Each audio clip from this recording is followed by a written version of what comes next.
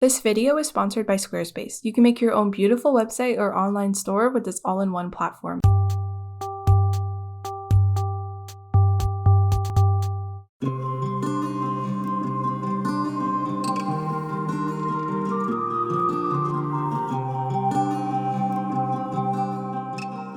Hi everyone, this video I'm filling a page in my sketchbook, a couple of pages. I've been doing a lot of little doodles because I'm trying to figure out new products that I want to make for my shop and just trying to figure out new ideas, and I've just been doodling stuff from imagination and just trying to figure out how to stylize things and what kind of stuff I want to make. And I drew this little snake with a scarf, so I sort of used him as the anchor for this entire spread. And I just let myself draw a bunch of swirly snakes because I just really wanted to draw something very rounded and organically shaped. And it was a lot of fun just playing around with these markers and pencil crayon. The markers that I always use in my videos are the Ohuhu water-based markers that are double-ended. They gifted them to me a long time ago, but I also had a bunch that I got as a gift from my mom a while ago, and I've always just really liked them because they don't bleed through the page. Don't expect to get a very smooth coverage like you would with alcohol-based markers, but with these, I mostly use them casually just to fill in areas with color, and then I draw on top of them with pencil crayon and other stuff just to smooth it out. Don't expect it to be a very smooth, clean application. It's mostly just for fun. You can get it to be smooth if you want, but expect that classic Crayola marker texture when you use them, if you use them. And I just wanted to draw a bunch of snakes all swirled around each other, and usually for these sketchbook videos, I try to look at a few references and base my art off of the references because I sort of treat it like an opportunity to study, to learn how to draw something from photo. But today I just wanted to draw simplified, cartoony stuff just from my head, no references at all. And it was so freeing and so fun, and I should definitely do this more often because this is how you actually find your style and figure out how you like to depict things when you're just relying on your own memory and the library of stuff that you've built up over the years that you know how to draw. I'm not saying this is the most amazing thing ever, but it was just fun to do. And the thing about these markers is that the color is not that accurate to the cap. So I colored in some paper and stuck it to the cap, but they're also not light fast. So if they're exposed to the light, the color on the cap will fade and it won't be accurate anymore. But what can you do? You can't really prevent that from happening with non-light fast supplies. That's why I would only use these in a sketchbook where it's usually closed so it doesn't fade over time. It might fade on its own as it's exposed to the air and the paper, but it won't fade in the light, which is probably worse. This sketchbook is over halfway done, but I feel like I've had it for so long and I'm I need to draw more. I gotta fill this thing. I want to start the next one. I already have it. I can't remember where it is, but the next one is a watercolor sketchbook, and those are usually my favorite ones to use. But I was very pleasantly surprised by this one, the Royal Talons art creation sketchbook. I always got recommended them and I decided to try them based on your advice. And everyone was right. Honestly, it's thin paper and it's smooth. Well, it's not that thin. You can't see through it or anything, but it's thinner than I normally use, but it's actually pretty thick for a sketchbook. It's medium thickness. And you wouldn't expect it to take wet media that well, but it really does. It actually takes watercolor pretty well, so surprisingly well for how thin the paper seems to be. It's not very toothy, which I kind of miss, but it's nice to switch things up every once in a while and use something that you don't normally use because it's good to just push yourself and experiment outside of your comfort zone. And this sketchbook was definitely outside of my comfort zone, but now it is my comfort sketchbook. I really like this sketchbook. And drawing these snakes was so fun. I love doing the loose, messy shading on their scales. I actually really like snakes. I really like holding them. There's just something very calming about holding a snake. They're very soft. I think there's a common misconception that they're slimy, but they're actually not. They're very dry and soft. That's kind of how they feel. They feel velvety. Most snakes. Well, the ones that I've held in Southern Ontario, or random snakes at those places where someone will bring in snakes and then you can hold them and get a picture with them. But all the snakes I've held have felt very smooth or very soft and like velvety and like a little warm or like a little cold, like cold to the touch. Now for a break to thank this video's sponsor, which is Squarespace. Squarespace is the platform that I use to host my website, and it's always so easy to go in and add more paintings to my portfolio. I do a new painting every month at least, and all I have to do is go to the portfolios and galleries tool that I have on my site, add the painting, and then you can drag and drop them to rearrange them, and automatic image scaling will display them all beside each other nicely. I'd recommend starting out with one of their templates. They have so many to choose from, and you can customize them to your heart's content to fit your aesthetic and your art. If you'd like to check out Squarespace, go to squarespace.com for a free trial. And when you're ready to launch, go to squarespace.com/JelArts and you can get 10% off your first purchase of a website or domain using code JelArts. It really helps support my channel. But in this video, I wanted to talk more about what I use my sketchbook for and what do you use your sketchbook for? In the comments, you can tell me. But I think for a lot of this sketchbook, I've been doing like more completed sketches and coloring like every page, which is a lot of fun, and it makes me feel like I'm making like the best use of the pages. But now, like, I find it hard to leave a page without color, and I don't want to be that way because I think it's okay to have a page that doesn't have color on it. But there's just something in my head now, like I think it's because I film the majority of my sketching sessions. That's why I feel like I need to add color to everything, because when I film, I want it to be like interesting to look at, and it kind of pushes me to push the sketch further than I normally would if I was not filming. So it's a good thing and a bad thing because it makes me spend longer on pages than I necessarily have to, but that's also good because I'm making more use out of the sketchbook. But I think it's totally fine to just do pencil. And I actually sat down the other day and I started brainstorming a bunch of like ideas that I was trying to come up with, like concepts for like new products, and like I really want to make phone charms, so I want like cute little like characters or cute little designs that can be that will look good if they're small to have phone charms, because I don't have any phone charms. And well, I actually bought one from an artist at a convention that I was selling at, and I just loved it so much that I really want to make my own phone charms. It was just like a little worm, but it brought me so much joy, but unfortunately it fell off. I still have the charm, but like I don't have a string to attach it back to my phone.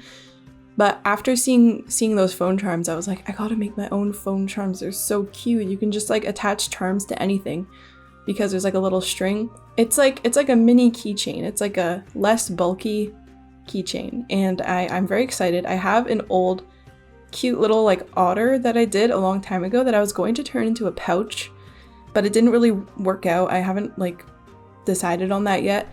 So I converted it into a little design for a phone charm.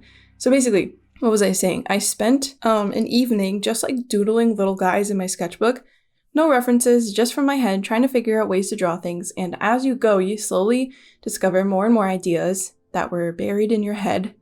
So like you might start by drawing just like a normal frog. And it's like, okay, I feel like I've drawn this frog a million times before. You try drawing it in a different pose, you try putting a new hat on it, you try a new style, and you just like experiment and push yourself. And eventually you end up drawing things that are pretty like unique compared to what you started with.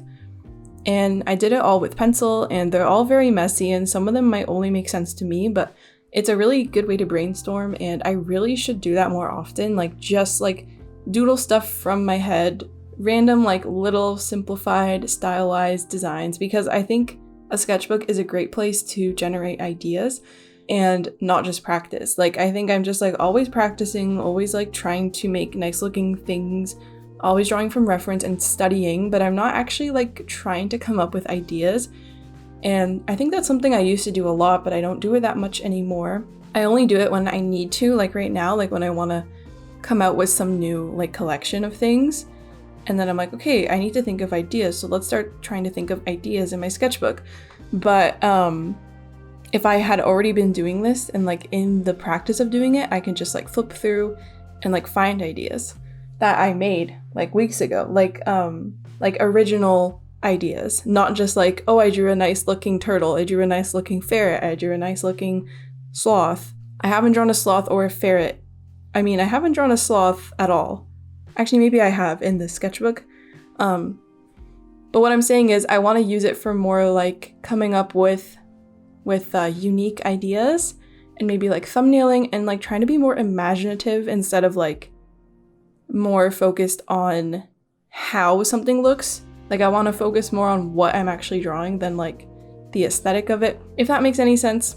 I think it's good when a sketchbook has a mixture of these two things. So basically what I'm saying is I think I have leaned too heavily into the let's make a nice looking page and less into the let's try to think of some ideas and let's try to like figure out how I want to draw things in my own style and all that stuff. And then I just started thinking about it more and more, and I was like, I don't really know like what, like I know what my style is, but I don't know what like what do I want to draw? Like how do I draw things when I'm not like, I don't know, it's too hard to explain. Like I feel like in art school, we were always doing thumbnails, we were always like doing concept sketches and like planning and thinking of ideas and filling pages of just like a bunch of ideas, but I don't do that anymore. And it's not like I need to, but I think I should. Cause like your sketchbook is really, it can be for anything, but it's such a good place to keep track of your ideas, future things that you want to do. And I think if I just like have more of a balance between that and doing like nice looking pages, then I think my sketchbook would be a little bit more well-rounded.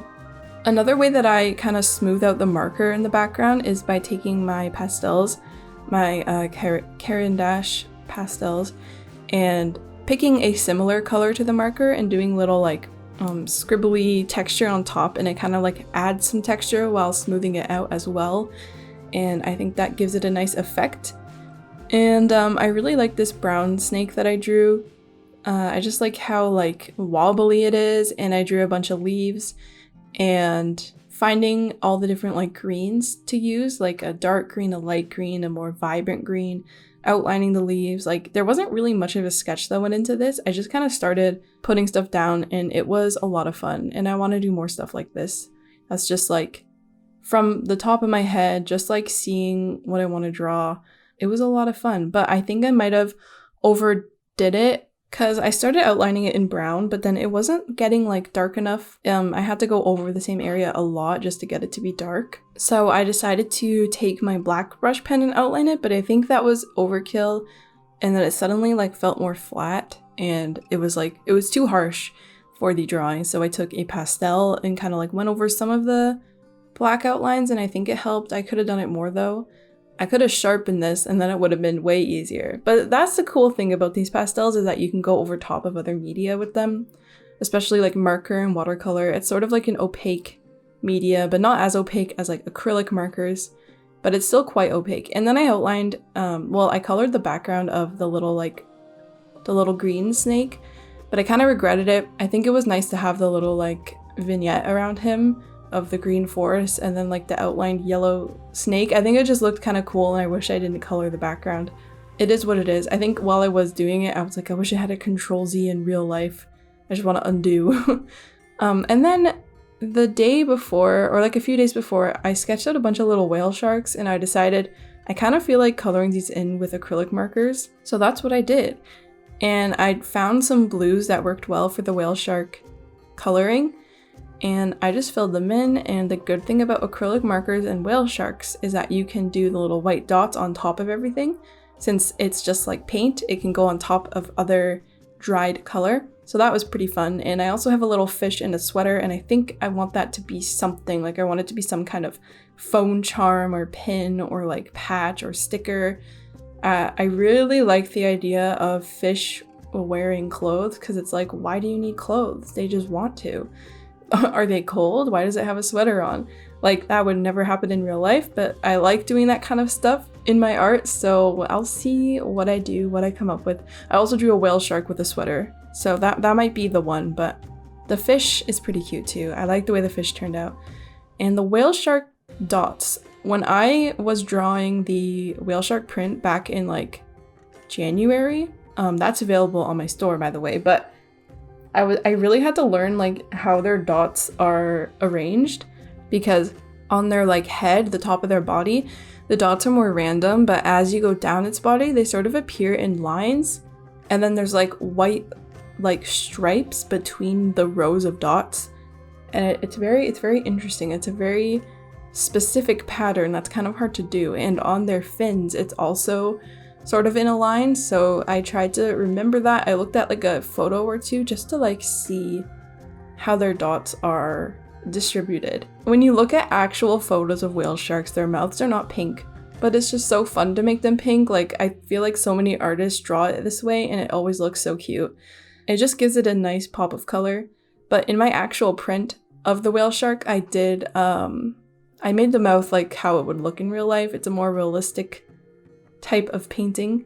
Also, while I was doing the little dots, I had to go over them a lot because it's not as opaque as it used to be, I think. The tip of the marker, I think I've kind of like, not ruined it, but it definitely has some wear. It's not as pointy as it used to be. But this little fish, I just love his like teal sweater. And using acrylic markers is so satisfying, but it's sort of like, it's definitely outside my comfort zone because it's such an opaque color. I'm used to doing more like translucent things like watercolor and marker, but I enjoyed it. They're pretty satisfying to use. And there's a little like snake with a scarf below them, but it's very messy. Don't look at that. But it's okay because I'm trying to let myself do more messy stuff and more clean stuff if I want. But yeah, the page that I filled of like just like brainstorming ideas is only pencil, and I was tempted to color it in. This is one of the pages. But this one was more clean than the other one, so I was like, I'm gonna color it in since the snakes are colored in. But if you flip back, there's no color and it's just pencil, and I'm probably just gonna leave it like that. And I'm gonna do some more pages of brainstorming after. I hope you enjoyed this sketchbook session, just talking about what I use my sketchbook for, what I want to use it for. Lots of fun drawing these little snakes. It was very playful, experimental, and some like joyful drawing. So I hope you enjoyed. Let me know what you use your sketchbook for primarily. I would love to know, and I'll see you in my next video.